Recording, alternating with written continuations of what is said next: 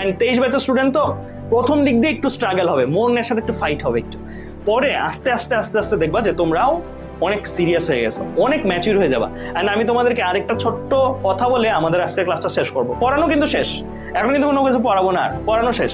Just ছোট্ট একটা কথা বলবো, সেটা হচ্ছে তোমাদের আমি একটা আমার সময় একটা জিনিস শিখছিলাম আর কি, শুনছিলাম যে তুমি ধরো জন্ম হয়েছে, এটা হচ্ছে দিস ইজ ইউ 0 ইয়ার্স, এটা তোমার জাস্ট জন্ম হয়েছে, এটা তোমার 0 ইয়ার টাইমটা, হ্যাঁ মানে যখন জাস্ট জন্ম হয়েছে। তুমি জন্ম হওয়ার পরে আজকে তোমার কত বছর, তোমাদের অ্যারাউন্ড গড়ে কত বছর বলো তো, একটু কমেন্টে জানাও। যদি আমি জানি যে বয়স অনেকেই বলতে জানা, বাট গড়ে কত বছর আমি ঠিক জানি না যে তোমাদের গড়ে ঠিক কত বছর। তো আমি ধরে নিই ফর এক্সাম্পল তোমাদের এখন ধরো 16 থেকে 18 এই এজটা ধরো আছে, ঠিক আছে, 18 বা 19 এরকম এজ হতে পারে, ঠিক আছে। তো এই যে 16 থেকে 18 এজ, এই এজের জন্য আমি ধরো এসএসসি লাইফ পর্যন্তই বললাম, এসএসসি পর্যন্ত 0 ইয়ার থেকে এসএসসি পর্যন্ত তুমি যতটুকু বড় হয়েছ,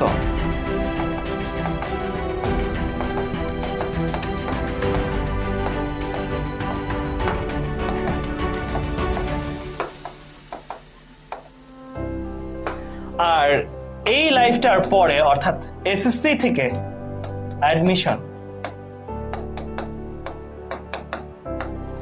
টাইম পিরিয়ড অনুসারে এটা ধরো কত, এটা ধরো প্রায় 16 to 17 ইয়ার্স এর একটা জার্নি, হ্যাঁ 16 to 17 18 এরকম হতে পারে। আর টাইম পিরিয়ড অনুসারে এটা কত, এটা ধরো সাপোজ 1.5 to 2 ইয়ার্স এর একটা জার্নি, ঠিক আছে, 2 ইয়ার্স এর একটা জার্নি। এই অংশটাতে সময়কাল হিসাবে এটা অনেক কম, কিন্তু তুমি কয়েক গুণ বেশি বড় হবে। এটা খুবই ডিপ একটা কথা। কেন ডিপ একটা কথা? কারণ এইটা বড় তো আর মানুষ হাতে পায়ে হয় না, হাতে পায়ে তো শরীরে তো বড় হওয়া আরেক জিনিস, এটা হচ্ছে মনে বড় হওয়া, মানসিক ভাবে বড়, মেন্টালি বড়। টু বি অনেস্ট, তুমি এই লাইফটার যা যা করতেছো তুমি এই টাইমটাতে যে আইদার হাসবা যে কি দুষ্টামি করতাম আগে, আর তুমি কাঁদবা ইস কি ভুল করছিলাম আমি, আর তুমি রিগ্রেট করবা, আর তুমি স্যাটিসফাইড থাকবা। এই টাইমগুলোতে কি করতেছি এটা ভেবে, বা কি করছিলাম আমি, ঠিক আছে। সো এটাই আমি বলবো যে আজকে যেই ছেলেটা বা যেই মেয়েটা অনেক কুল, অনেক মজা করতেছে, অনেক ফানি, অনেক এন্টারটেইনিং, অনেক হয়তো মানে কুল, সো কয়েকদিন পরে দেখবা যে সে চেঞ্জ হয়ে গেছে। অ্যান্ড এটাই বাস্তবতা, এটা সবার ক্ষেত্রে। আমিও তোমাদের বয়সটা এই সময়টা যখন ছিলাম, আমিও মাইট বি অনেক কিছু বেফাস কথাবার্তা বলতাম, অনেক কিছু বলতাম।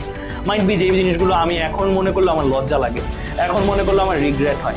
সো এইটা প্রত্যেকটা ভাইয়া আপুকে জিজ্ঞেস করো যে এই টাইমটা তোমাকে মানসিকভাবে অনেক বড় করো, অ্যান্ড তোমরা এখন ওই জায়গাটাতেই যাচ্ছ, ওই জায়গাটা দেখাচ্ছ। এখন তোমরা অনেক বড়, অনেক সিনিয়র, অ্যান্ড আস্তে আস্তে তোমরা যখন এই স্টেজটা পার করবা না, তখন আসলে তোমার লাইফের মিনিং বা হ্যাঁ আমি বলবো যে ইনে ওয়ে তোমার কাছে খারাপ লাগবে, ইস আগে কত মানে স্বাধীন ছিলাম, আগে কোনো জবাবদিহিতা ছিল না, কিন্তু এরপরে নিজের চলা, নিজের ফেরা, সেই জিনিসগুলো নিজেরই করতে। অ্যান্ড তোমাদের আরেকটা জিনিস একটু বলি, তোমরা সবাই অ্যাটলিস্ট এতটুকু চেষ্টা করো, বাবা মা আমাদের জন্য অনেক করছে, এই টাইমটা জুড়ে সবারই বাবা মা অনেক করছে। এই টাইমটা থেকে মানে আফটার অ্যাডমিশন টেস্ট প্লিজ আমি বলবো স্বাবলম্বী হওয়ার চেষ্টা করো,